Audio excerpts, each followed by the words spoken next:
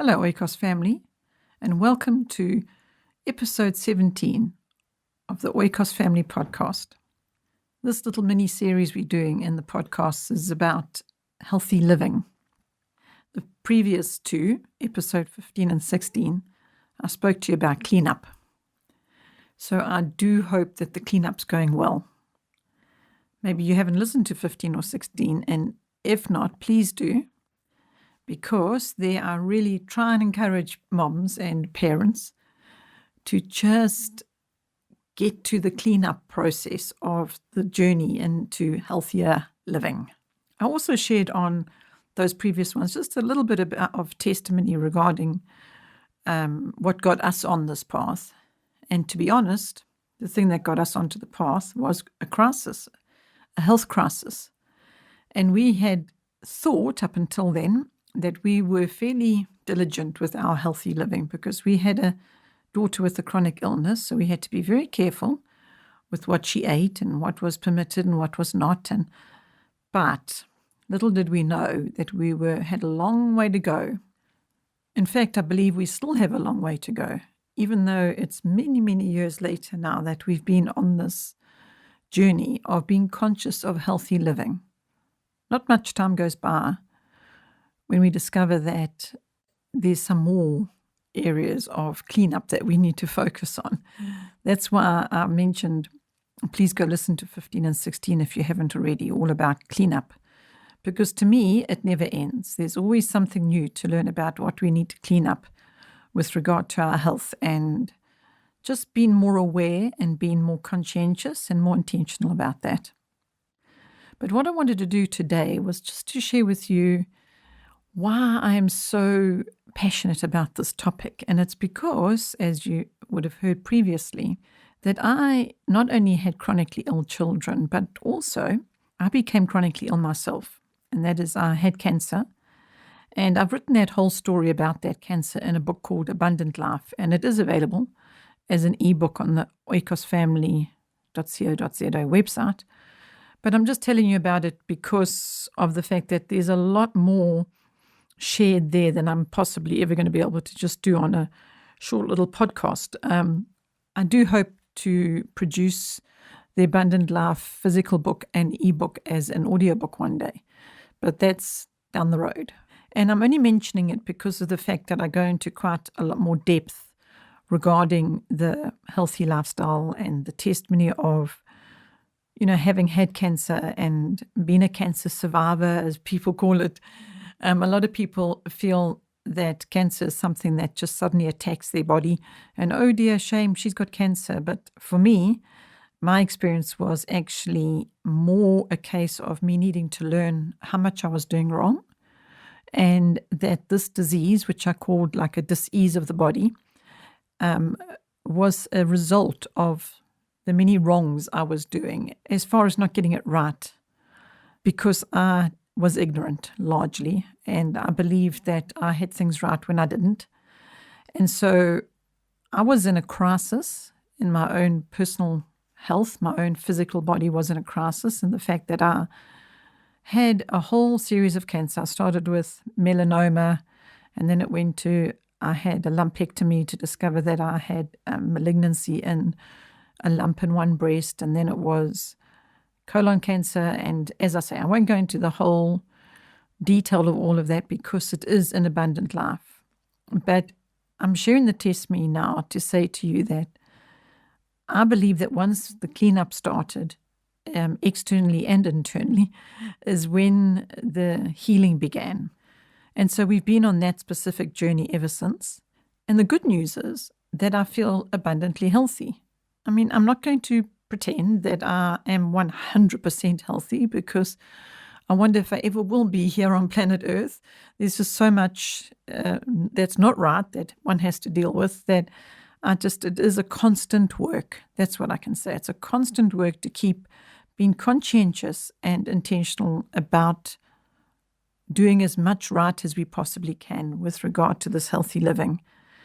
And I am making a very specific point about it because I believe as adults, as parents, we can impart to our children and the next generation the tremendous importance of being aware of this, being aware of why we should choose to live healthily and organic food. And I'm talking very, very specifically now about the body, the physical body. Of course, there's also the mind, and what is healthy living with regard to the mind, and what are we putting into our mind? What are we exposing ourselves to? What are we exposing our children to? This healthy living doesn't just stop with the physical body. There's the spiritual well-being and the mental well-being. But for this particular podcast, I wanted to be talking to you about the actual physical well-being of a healthier living lifestyle. And that physical well-being, to me, started with the cleanup process. And as I've said time and again, it is an ongoing process. It's not start and finish. It's start and carry on and keep going and don't give up. That's what I want to encourage you with. Please don't give up. Just keep on going. Just take one little step at a time. Start with one area and overcome the bad and replace it with the good in that one little area. I keep referencing to bread in that example because it's just such a simplistic example, and it's so powerful in the fact that if you start making your own bread every day or second day or however much you need to. But all that, again, I've mentioned in episodes 15 and 16 and suggested you watch the Oikos Live episode 11, that did a little slideshow all about that topic of bread.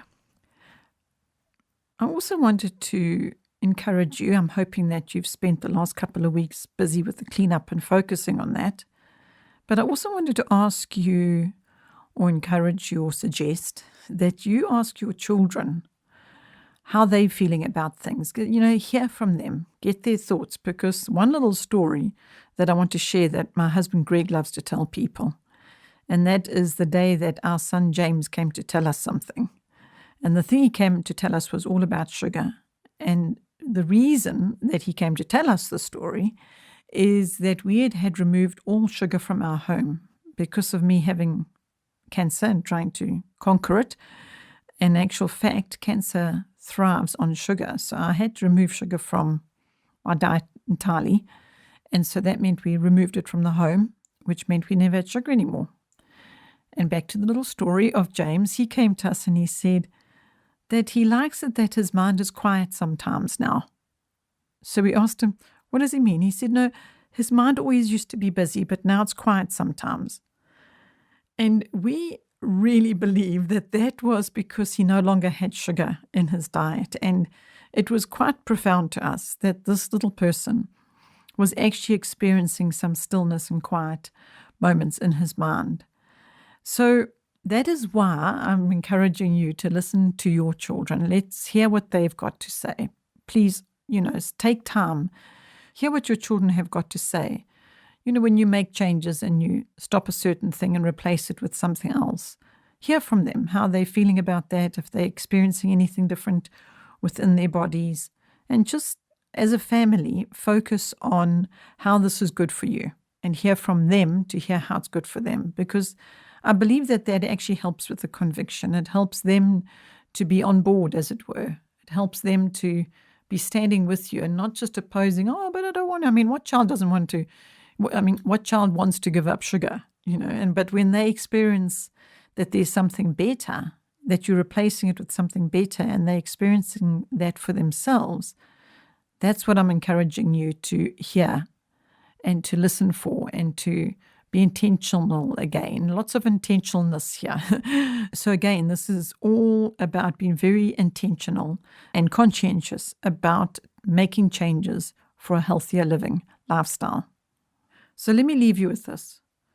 Don't give up. Take a hold of it. Believe that it is for the good. Because I am completely and utterly convicted that it is for the good. It can't possibly do any harm for you to be very intentional about this and take one step at a time. And please don't be hard on yourself and don't try and do it all at once. Just take one area and focus on it and conquer that and get the bad out and the good in, and then the next one.